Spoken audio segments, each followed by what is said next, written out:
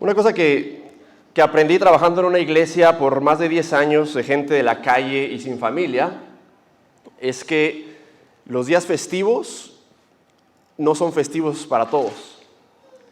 Yo cuando empecé a trabajar con la iglesia en Lobo, que en la calle, tenía la idea de que el Día del Padre, el Día de la Madre, Navidad, eran días hermosos para todos y no son para todos.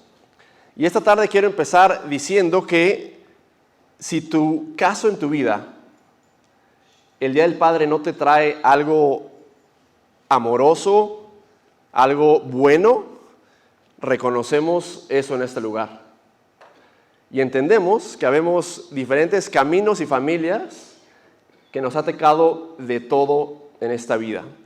Dicho eso, quiero hablar de la importancia de los nombres. Los nombres en la vida. ¿Qué es lo primero que uno hace cuando se presenta ante una persona que no nos conoce? Hola, ¿qué tal? Mucho gusto. Me llamo Iván. ¿Tu nombre? Ok. Cuando presentamos a alguien que no se conoce, ¿qué hacemos? Mira, te presento Octavio, te presento a Rosy, Bárbara, te presento a mi hermano tal, ¿cierto? Los nombres es lo primero que nos identifica. Y te quiero mostrar un par de gráficas, por favor, si nos pueden ayudar a ponerlas aquí atrás. Hace un par de años, estos son los nombres más comunes que eligieron las familias hispanas para niñas en Estados Unidos. Entonces, no van a ver todos, pero los primeros 10, Sofía con PH, Isabela, Camila, Valentina, Emma, Mía, Victoria, Emily, y ahí sigue la lista, los más comunes. Y ahora, por favor, ponemos la de los niños. Los niños: Liam, Mateo, Dylan, Santiago, Sebastián, Tiago, Gael, Jaden, Matthew, Lucas, y ahí sigue la lista. Te preguntarás, ¿y eso qué? Los nombres nos identifican por quién somos. Y ahorita no está el pastor, pero si fuera poco tener un solo mismo nombre, pregunta al pastor lo que es llamarse Jorge. El pastor se llama Jorge y se apellida Jorge. Yo la primera vez que vi su nombre que decía Jorge, ¿qué está tratando de decirnos? Ya entendí, Jorge. Algunos de nosotros, nuestro nombre, quizá haya otro Iván en el cuarto, en el lugar, otro Carlos, otra Bárbara. Sería muy raro si nos identificamos sin nuestro nombre. Simplemente de una manera genérica. Imagínate decir, buenas tardes, persona. Hola, persona. Hola, persona. Te presento a la persona. Persona. La persona es lo genérico. Si yo te presento a alguien, por ejemplo, te voy a poner una foto de alguien que no conoces. Por favor. Es mi papá. Mi papá se llama Jaime. Mi hermano mayor, que por supuesto se ve mucho más mayor que yo, mi hermano David. Mi hermano Miguel Ángel atrás. Esa foto fue hace 3 semanas que fui a visitar a mi papá en México, que tiene cáncer. Yo te podría decir, él es Jaime, y ahora ya identificas el nombre con, por lo menos, la foto.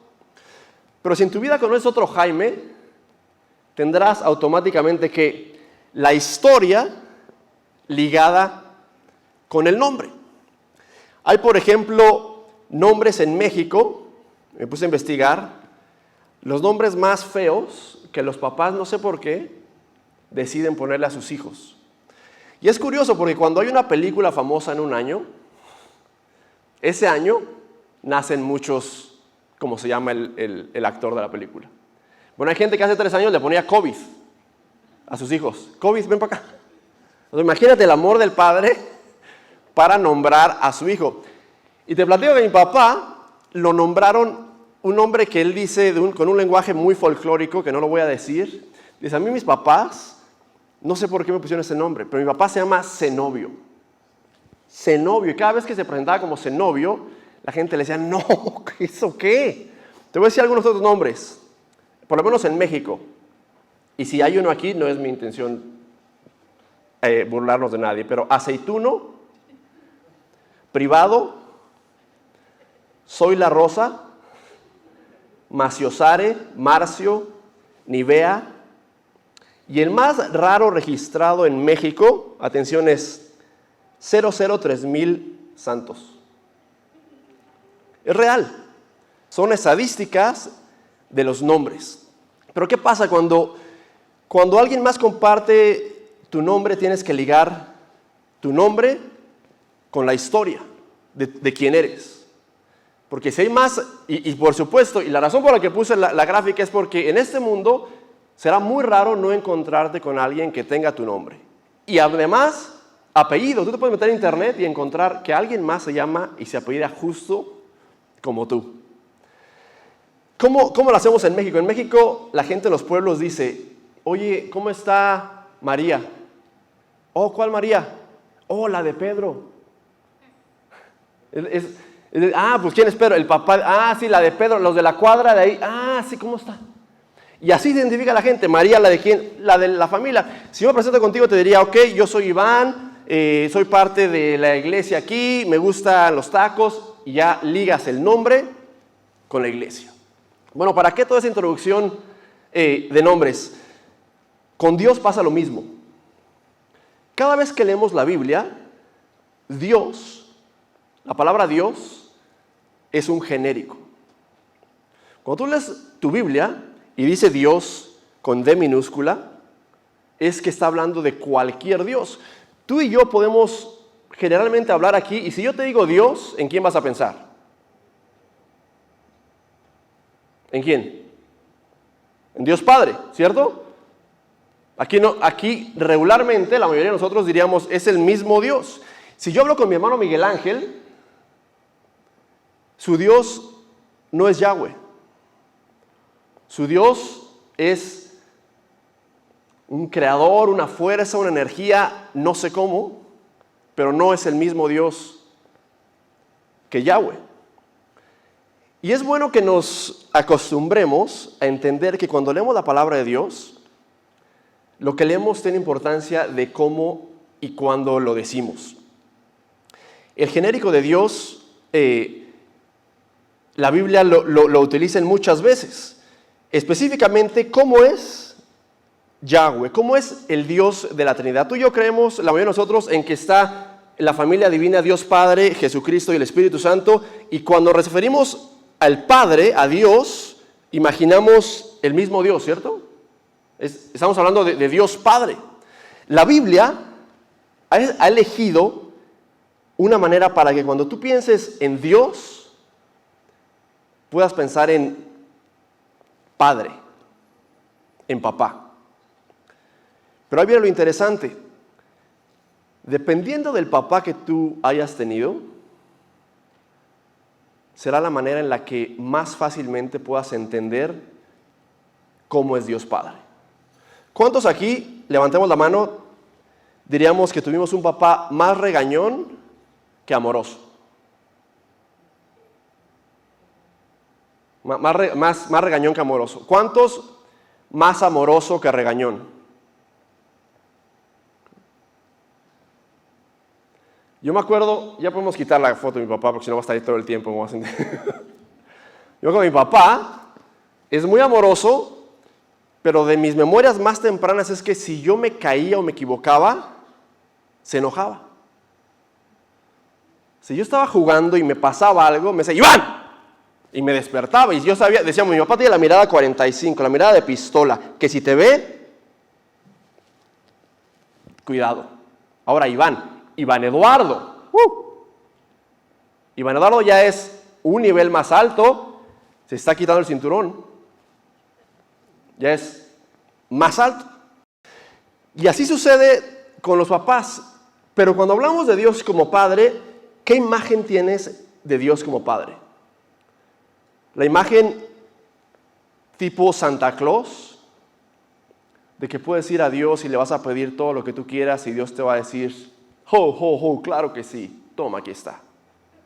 O la imagen de un Dios que está viendo en dónde te equivocas. ¡Hey! ¡Stop!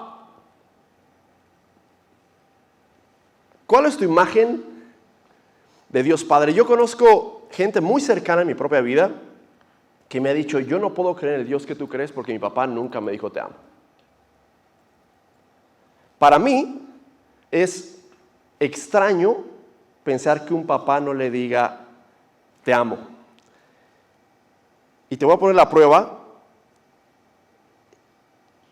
de lo que me refiero. Fíjate la palabra con la que mi papá me manda un mensaje esta mañana del Día de los Padres. Muy buenos días, mi campeón hermoso, mi Iván. Felicitándote, hijo, por este Día del Padre, puesto que esto es una gracia que Dios nos dio, hijo, ser padres. Y comentarte lo siguiente. Y continúa diciendo, hijo, tuve mi primera quimioterapia esta semana, me siento fuerte en Dios, pero cada vez que mi papá me manda un mensaje me dice, mi campeón hermoso. Y tengo 38 años y mi papá tiene 74, y me encanta que mi papá me diga mi campeón hermoso. Es más, mis hermanos dicen, ay, sí, tu campeón, tu campeón. Yo soy el más pequeño, el consentido, al que le tocó lo más tranquilo. Si tienes hijos, más de un hijo, sabrás que al primero a veces le toca lo más duro y al último decimos que somos los consentidos o los accidentes o lo que sea. Y a mí me tocó eso. Y me encanta escuchar que mi papá me diga, es más, muchas cosas cuando me manda audio me dice, ¿para qué me preguntas? Ya sabes que te amo. Y no le pregunté. Ya sabes que te amo, ¿para qué preguntas? Y no es cierto, siempre me está diciendo, te amo. Conozco gente que no puede imaginar a un Dios de amor porque jamás su papá le dijo te amo. Y en este lugar reconocemos que podemos venir de un camino o del otro completamente distinto. Pero ¿qué características tiene Dios Padre? Nuestro Padre. El día de hoy vamos a estar en Éxodo capítulo 34. Si tienes tu Biblia y si no va a estar aquí arriba. Éxodo, el segundo libro en la Biblia. Y la sección que vamos a leer hoy es de hecho la sección más importante que Dios revela quién es, Dios Padre. Que Dios dice quién es. Nosotros de este lado del Nuevo Testamento, es decir, después de que Cristo vino, tenemos la Biblia, el Antiguo y el Nuevo Testamento, y entendemos que Jesús dijo, si me has visto a mí, ¿has visto a quién? Al Padre. ¿Sí? Que si entiendes cómo soy yo, así es mi Padre. En el momento que estamos leyendo la Biblia, la gente no tiene referencia de quién es Cristo. Y Dios dice, este soy yo. Dice la palabra de Dios conversando en el versículo 4. Moisés pues labró 2 tablas de piedra como las anteriores, se levantó muy de mañana y subió al monte Sinaí, cuando el Señor le había mandado llevando en su mano las 2 tablas de piedra. El Señor descendió en la nube, estuvo allí con él, mientras éste invocaba el nombre del Señor. Entonces pasó el Señor por delante de él y proclamó, el Señor, y en el lenguaje original es Yahweh, Yahweh, el Señor, Dios compasivo y clemente. Este es Dios. Dios está diciendo, buenas tardes, mi nombre es Yahweh y esta es mi historia. Dios compasivo y clemente, lento para la ira y abundante en misericordia y verdad, que guarda misericordia a millares, el que perdona la inequidad, la transgresión y el pecado, y que no tendrá por inocente al culpable, que castiga la inequidad de los padres sobre los hijos y sobre los hijos de los hijos hasta la 3ª y 4ª generación. ¿Alguien más sintió bonito en la primera parte del texto y un poco raro en la segunda parte del texto? En la primera parte dice, Dios es compasivo y amoroso y perdona y está por su gente, y después, ¿qué empieza a decir? Pero al mismo tiempo no dejará vivo al que sea culpable y le dará su recompensa. Y aparte de eso castigará a los hijos de los hijos hasta la 3ª y 4ª generación. Si tuvieras que elegir, ¿cuál de esos Dios preferirías tener? ¿Es el mismo? ¿El primero o el segundo?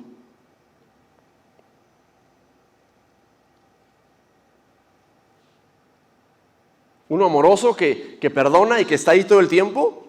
¿O el que dice, no, el que es culpable, el que merece, tampoco lo voy a dejar que se salga con la suya? ¿Qué Dios preferirías tener? Dice una historia que el Dios del Antiguo Testamento es el mismo Dios del Nuevo Testamento, pero que en el Nuevo Testamento se bautizó y se hizo bueno. Como diciendo que en el Antiguo Testamento Dios es un Dios de ira y de celo y de coraje y de justicia. Entonces después llega Jesús y pareciera que todo es más bonito. Pero no es cierto. ¿Qué Dios preferirías tener de estos dos? En este momento quiero que te imagines esto. La primera parte de este texto, si podemos regresar por favor a la primera, habla una más. Perdón, a la otra, hasta el versículo 6. Sí, entonces pasó el Señor por una más. Delante de él y proclamó, el Señor ahí está, lento para la ira, compasivo, clemente, abundante en misericordia y verdad, misericordia a millares. De este lado está el Dios de amor. Amor. Y después, ¿qué viene? Otra vez, ahí mismo, por favor. El que perdona la iniquidad, la transgresión y el pecado, y el que no tendrá por inocente al culpable, que castiga la iniquidad de los padres, y que no solo los padres, sino de los que le siguen de la tercera y cuarta generación. Entonces, de este lado está amor, y de este lado justicia, o el juez. Y Dios está hablando de las dos partes, que es. Ahora bien, cuando leemos la palabra de Dios, como cualquier libro, si tú agarras un libro, no entrarías a la mitad del libro a tratar de entender qué está pasando en la historia. Con la Biblia es lo mismo. ¿Qué está pasando justo en este momento en Éxodo? Hace 2 capítulos antes, Dios se revela a su pueblo y les dice, yo soy un Dios distinto a los dioses que han tenido. Y una cosa les voy a pedir, que me adoren solo a mí, y que no alaben y adoren en la manera en la que alaban a otros dioses. ¿Y qué dice la palabra de Dios? Y es lenguaje florido y dice, 40 días estuvo la nube de Dios en la presencia de la gente. No habían pasado 40 días y ¿qué hace la gente? Justo lo que Dios le dijo que no hiciera, comienza a hacer. Dice la palabra de Dios que en su adoración, comían hasta no poder, tomaban hasta no poder, y para no ofender, la palabra dice, entre todos se daban al desenfreno, con connotaciones sexuales. Si la manera en que adoraban es, comían, se emborrachaban, y aquello era una locura sexual. Esa era su alabanza. Y en ese momento la gente dice, vamos a alabar a Dios de la misma manera, vamos a hacerle una estatua de oro. Y ahí está el becerro y la estatua. Y Dios dice, acabo de decir justo lo que no quiero que hagan hacia mí como con los demás dioses. Y entonces llega Moisés y le dice a Dios, Señor, ¿qué podemos hacer para alabarte de la manera que tú quieres? Regresando al texto, dice, Dios habla con Moisés y básicamente le explica quién es en cuanto a su amor y justicia. Dice, yo soy un Dios compasivo, que tiene compasión, que siente cuando alguien está sufriendo. ¿De dónde viene la compasión? De ver que alguien sufre. Soy un Dios que está dispuesto a perdonar a millares y a castigar a 3 y 4 generaciones. Matemáticamente, si tú pones en una balanza lo que es Dios amor y Dios justicia en este texto, ¿en qué balanza, hacia qué lado crees que se incline la balanza?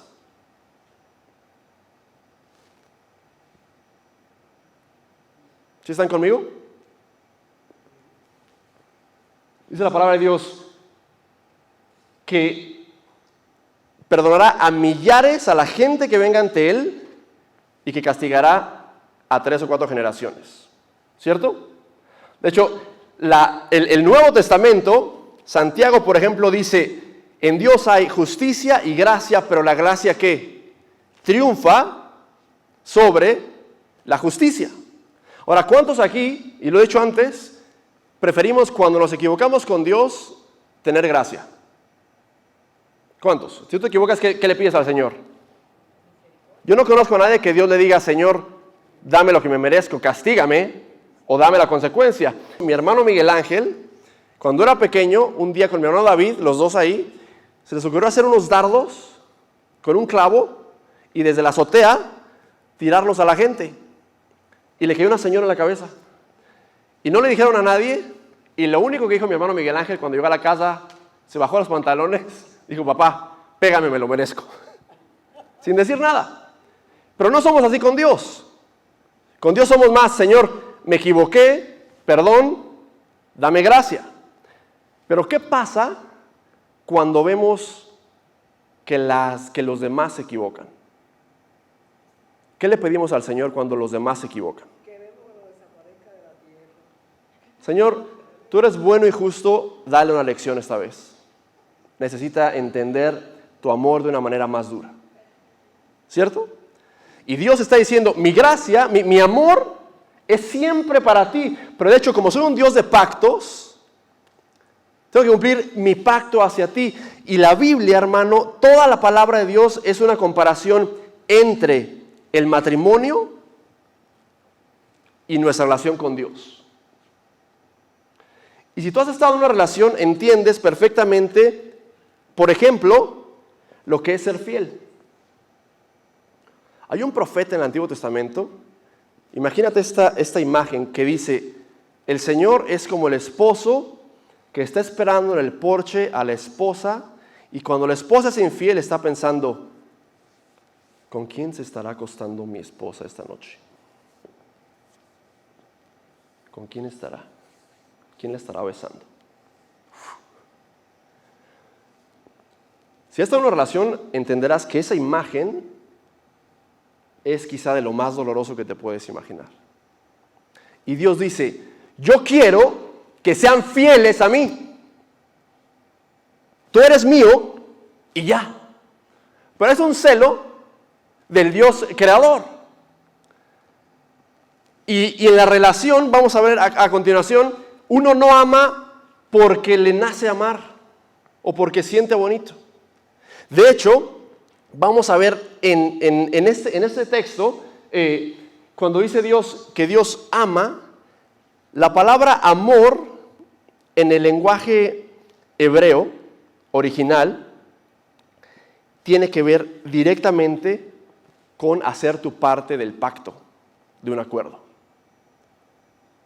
Cuando uno se casa y está enfrente al pastor o al padre o a quien sea, estás diciendo, yo prometo en la salud y en la enfermedad, en las buenas y en las malas, en lo que sea, te voy a honrar, te voy a amar, te voy a ser fiel. ¿Y qué está diciendo uno? No se da cuenta. Uno dice, en la salud y en la enfermedad, ok. No, en serio. Cuando no haya dinero, en serio. ¿Cuál es la parte más fácil de decir que sí en ese momento? Porque llegan los años y cuando tú tienes que amar a esa persona, no siempre la amas porque te nace el corazoncito. ¿Cuántos de nosotros a veces nos cae no tan bien la persona con la que decidimos estar nuestra vida completa? Y te lo digo porque yo platico con parejas toda la semana en la iglesia y me encanta ver la realidad de que aquí estamos muy bien y en la semana nos queremos divorciar, ya no la aguanto. O ya no lo aguanto. ¿Y qué pasa?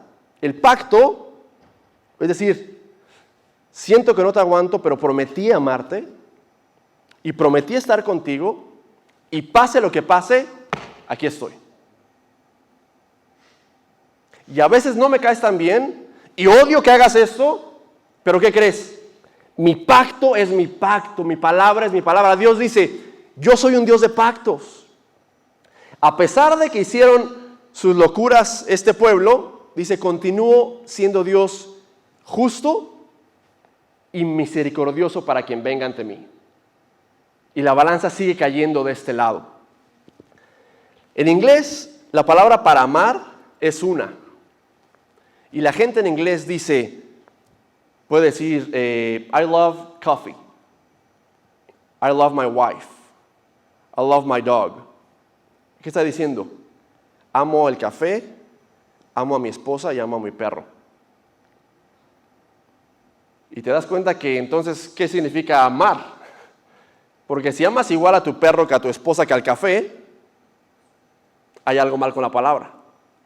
Y la palabra original dice, cada vez que menciones amor, estoy siendo fiel al pacto que te hice. De hecho, en el Antiguo Testamento, algo curioso es que la palabra amor no tiene que ver con sentimiento. ¿Tú sabías eso? Yo el día que un psicólogo me dijo, a ver, no creas que amar es un sentimiento todo el tiempo. ¿No? Cuando estás enamorado, ¿qué pasa?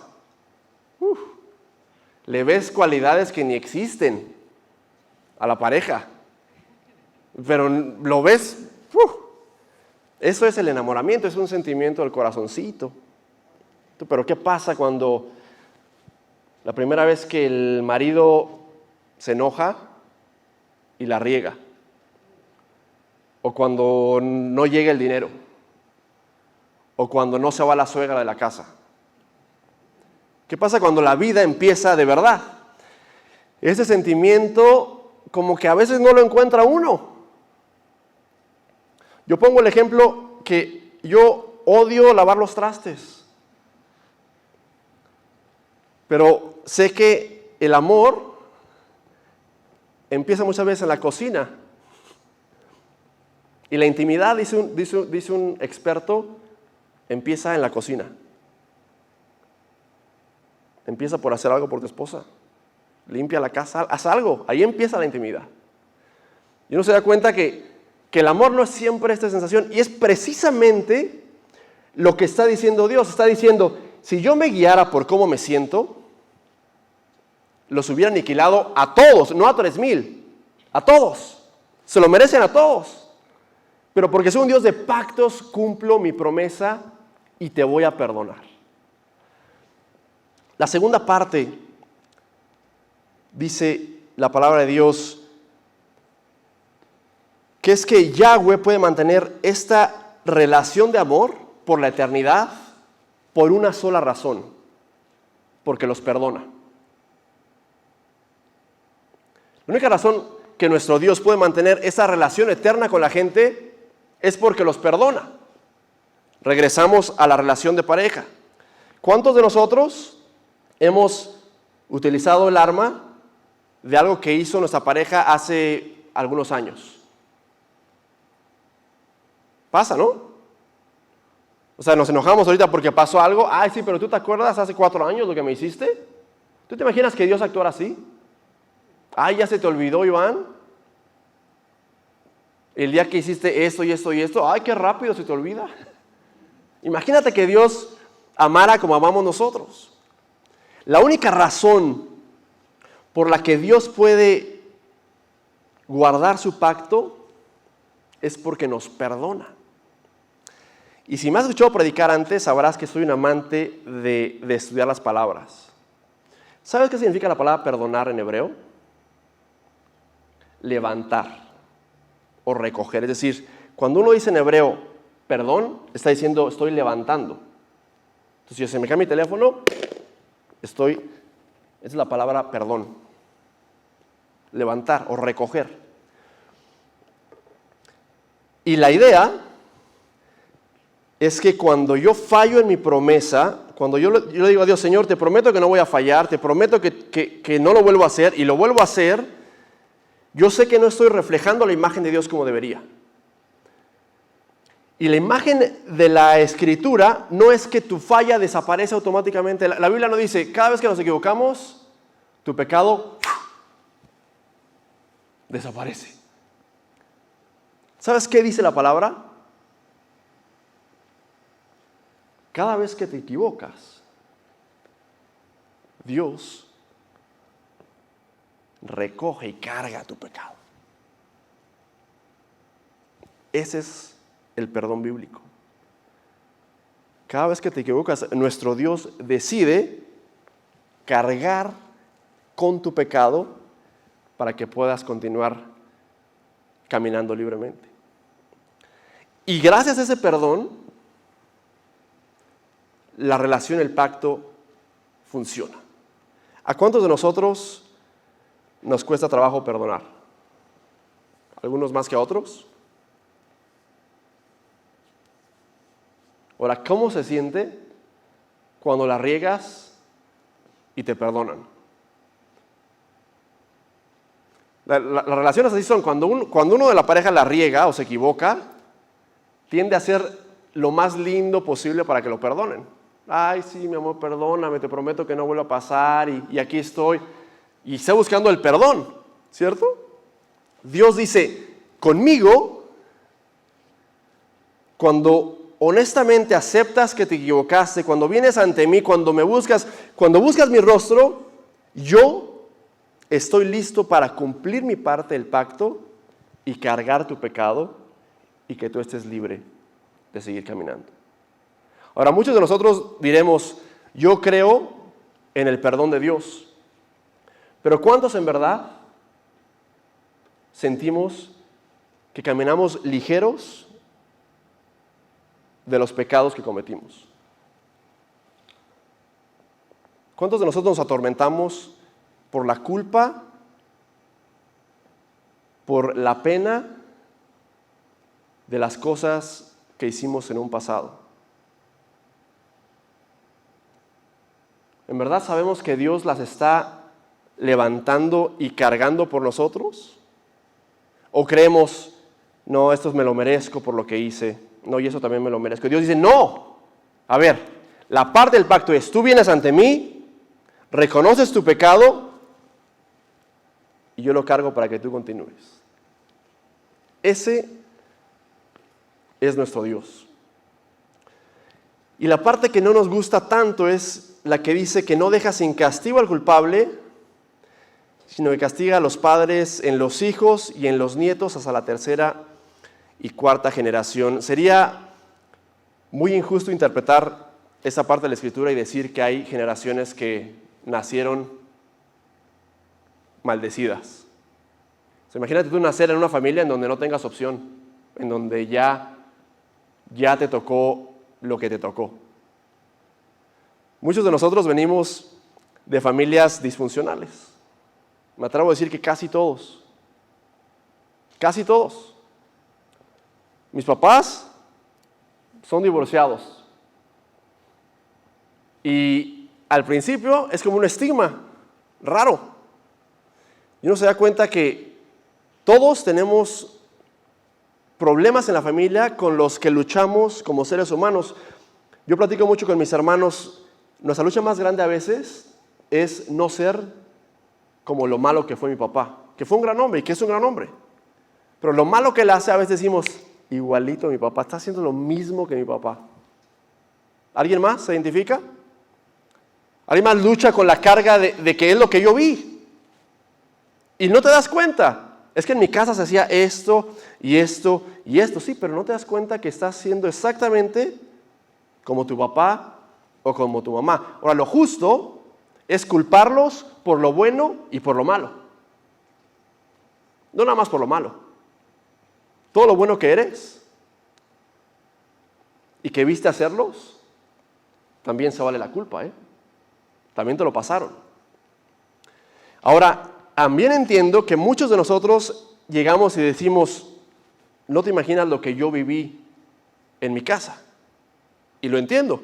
Quizá mi papá era borracho, drogadicto, mujeriego, lastimaba a mi mamá. No sé lo que sea tu historia, pero Dios dice, cada día tú tienes la oportunidad de elegirme a mí. No tienes que vivir pensando que porque te tocó esta familia tienes la manera de decir, así soy y así seré. De hecho, esta idea de decir, yo así soy, es de lo peor que te puede pasar en el camino con Cristo. Yo así soy. No, pues cambia. No, así soy. Yo no levanto mis zapatos cuando llego a la casa. Yo no lavo los trastes. Yo tengo familia muy cercana, pero más cercana a lo que te imaginas, que yo voy a su casa y el Señor me dice, Iván, no lave los trastes aquí porque mi esposa se va a mal acostumbrar. Y no es broma, ¿eh?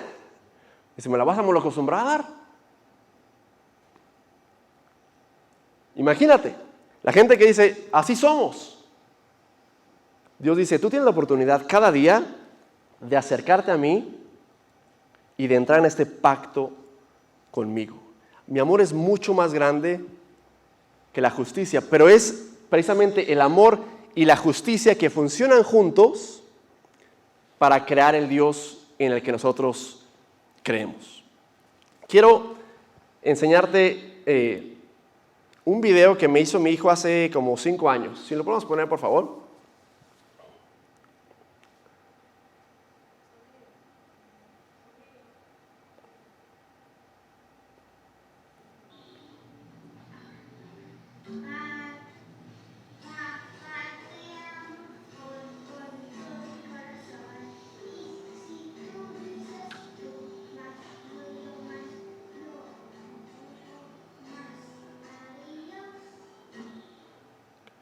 Hace 4 años ese fue el regalo del Día del Padre que me dio Eli.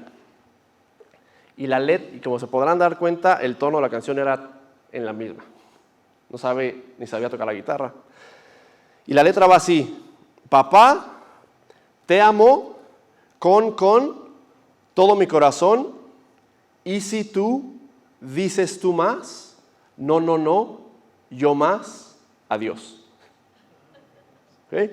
Papá, te amo con todo mi corazón, y si tú dices tú más, no, yo más, adiós. Y es la manera en la que nos ama Dios. Decimos, Señor, yo te prometo que te amo con todo mi corazón, con todo lo que soy. Y dice Dios, no. Si tú dices tú más, no, yo más. Adiós. Y como niños, decimos, Señor, yo te juro que yo te amo con todo mi corazón y no te voy a fallar. Y Dios dice, tú dices que me amas, pero yo te amo mucho, mucho, mucho más que tú a mí. Y en este pacto eterno, vivimos aquellos que creemos en Yahweh, que identificamos a Dios por nombre, por un Dios distinto a los demás dioses que podamos encontrar en este mundo. Y cierro con esto. La bondad de Dios, es decir, lo bueno que es Dios, la bondad de Dios, es puesta a prueba en su capacidad de decirnos que no. Otra vez, la bondad de Dios es puesta a prueba en la capacidad de Dios de decirnos que no. Aquí va el ejemplo. Yo, por ejemplo, le puedo decir a mi hijo ahorita, el mayor, toma, hijo, ahí están las llaves del carro, llévatelo. Mi hijo tiene 13. El carro no importa. La carretera es la misma. Pero mi hijo puede, en verdad, llevarse el carro a los 13 años a manejar. Es una bendición, y es una bendición efímera, es algo material que, ponte a pensar en lo espiritual. La capacidad que tiene Dios de decir no, o todavía no, prueba el hecho que Dios es un buen padre. Yo te confieso aquí que yo como papá, lo más difícil a veces es decirle a mis hijos no. Porque ¿qué más quisiera yo decir que sí? Y a veces en la relación eso pasa. Un papá tiende a ser más consentidor y otro es más disciplinario. Pero decir que no prueba mi amor por mis hijos. Decirle, hace unas semanas me tocó regañar al menor y le dije, vete a tu cuarto 10 minutos. Y tenemos un castigo que es nariz en la pared. Pues ahí está el niño en la pared 10 minutos. Piensa lo que hiciste, ¿no? Y se me ocurre ir a checarlo y está en su cama meditando, como calmándose a su manera. Y me cuesta trabajo decirle que no a lo que quiere. Pero ¿qué dice la palabra de Dios? Que Dios es un buen padre que no le va a dar a su hijo una serpiente cuando le pide un pan. Y la gran diferencia, hermanos y hermanas, en nuestra relación con nuestro Padre terrenal y nuestro Padre eterno es que nuestro Padre eterno y celestial es perfecto. Perfecto. Que lo que Él diga, no hay error. Yo confío en que la voluntad de Dios es perfecta. Más adelante, y le voy a pedir a los músicos que regresen, por favor, más adelante en el mensaje que te estaba enseñando hace ratito, dice mi papá, dice, mire hijo, cuando me dijeron que tenía cáncer hace 4 semanas, automáticamente pensé en muerte. Pero no te puedo explicar la presencia de Dios que he sentido desde que me dijeron que tengo cáncer. ¿Y qué crees? Yo sé que es la voluntad de Dios.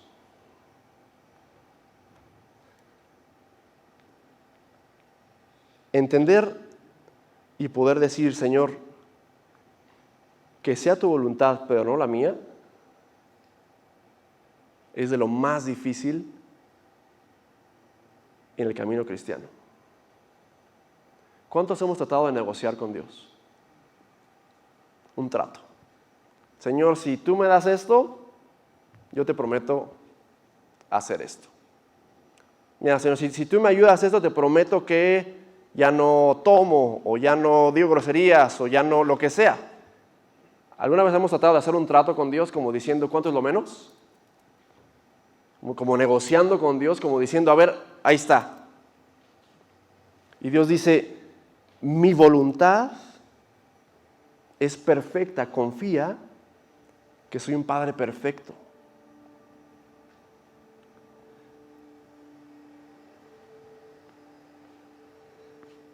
Estuve debatiendo toda la semana si iba a decir esto o no, pero lo voy a decir.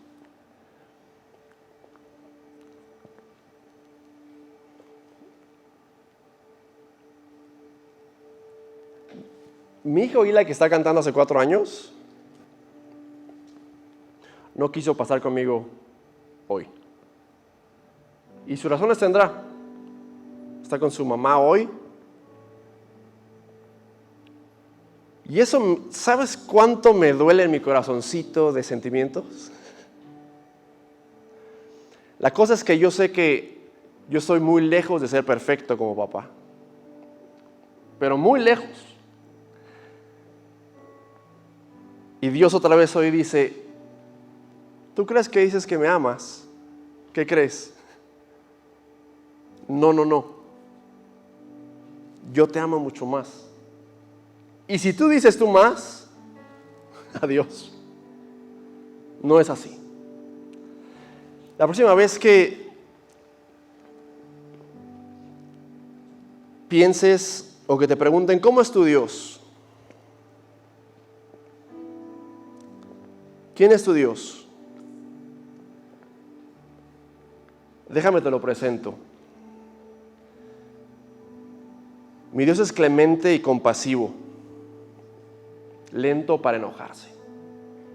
No dice que no se enoja, pero controla su enojo. Se enoja cuando es necesario.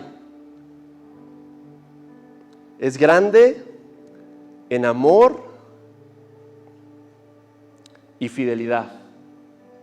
¿Y cómo más es tu Dios?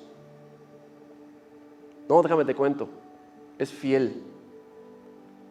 No con una, ni con dos, ni con 1000 personas, hasta más de 1000 generaciones. Y perdona la inequidad, el pecado y la rebelión. Yo te invito en esta tarde, Día del Padre, a dos cosas. La primera es que si tú eres padre, la influencia más grande que tienen tus hijos para entender cómo es Dios, eres tú como padre. La influencia más grande que tienen tus hijos de entender cómo es Dios, eres tú como padre. Y el reto es altísimo. Tus hijos, cuando sean grandes, o si son grandes, podrán decir: yo no me imagino que un Dios sea amoroso y te diga te amo. O podrán decir: mi papá trabajó y se rompió la cara por mantenernos y por sacarnos adelante. Y yo no tengo duda que mi papá me ama y me ama y me ama. O podrán decir de grandes: a mí mi papá nunca me abrazó. Cual sea que sea tu caso, no importa cuál fue tu papá, hoy tú y yo estamos aquí delante del mismo papá. Pero lo más loco para mí es que yo puedo hablar con mi papá terrenal para clamar a nuestro Padre Celestial, como si fuéramos hermanos, y somos, para buscar la voluntad perfecta del Padre que jamás se equivoca. Y la segunda cosa que te quiero invitar es a reflexionar si tu imagen de Dios es como una caricatura de feria. ¿Alguna vez fuiste a una feria y se te ocurrió la brillante idea de que te hicieran una caricatura tuya? ¿Qué hace esa gente? Esa gente busca una cualidad en tu cara y la maximiza. Si tienes una nariz grande, la caricatura va a ser una nariz con cara. Si tienes el pelo de tal manera, la caricatura va a ser así. Pregúntate, ¿has creado una caricatura de lo que es Dios? ¿O en verdad entiendes el Dios compasivo, lleno de gracia y de verdad en tu vida? Yo te invito esta tarde, si necesitas, si deseas decirle: Padre, no te había visto como te veía, entiendo que eres tú, que eres Dios bueno, compasivo y poderoso. Él está listo para levantar tu pecado, cualquier carga que sea, y decir: hijo, yo la cargo. Vámonos.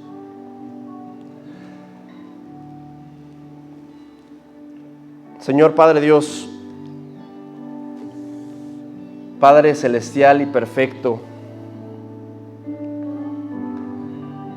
lleno de gracia, compasión, fiel, lento para la ira. Señor, ese eres tú, Padre Dios. En esta tarde reconocemos el Padre celestial que tenemos en esta vida, Señor. Dios, yo te pido en este momento y en este lugar, si hay alguien entre nosotros, Señor, que está, Padre, sufriendo con no poderte ver claramente, Señor, con no poder entender quién realmente eres, Señor, con pensar, Dios, que estás buscando en qué momento nos equivocamos, Padre, para regañarnos y para castigarnos, Señor. Yo te pido, Dios, que deshagas de nuestra mente, de nuestro corazón, Señor, cualquier imagen que no sea real y que no seas tú, Padre bendito. Señor, te pido que bendigas a cada uno de mis hermanos y de mis hermanas en esta tarde, Señor, a cada persona que ha llegado hasta este lugar. Señor, no permitas que salgamos hoy, Señor, sin estar llenos de ti, Señor, de tu amor, de tu perdón disponible a cada momento que venimos ante ti, Padre Dios. Señor, no permitas que la sensación de aquellos que no te buscan y prosperan nos haga sentir, Señor, que no eres real y que no te encargarás, Señor, de la gente que no te busque, Señor. Te pido, Padre Dios, que nos ayudes a mantener nuestro enfoque, nuestra vista, Padre Dios, nuestro corazón en ti y solo en ti, Señor. Dios, levantamos este canto con nuestro corazón, con nuestra mente, Señor. A veces las palabras no nos alcanzan para decirte cuánto te amamos, Señor, cuánto agradecemos lo que haces por nosotros, Señor. Gracias, Señor, por levantar nuestro pecado, nuestras faltas, Dios, por caminar con nosotros, por no ser un Dios distante, sino un Dios que está con nosotros en Jesucristo en esta tarde, Dios. Te pedimos todo esto en su nombre, en el nombre que está sobre todo nombre, nuestro Señor Jesucristo. Amén, amén y amén.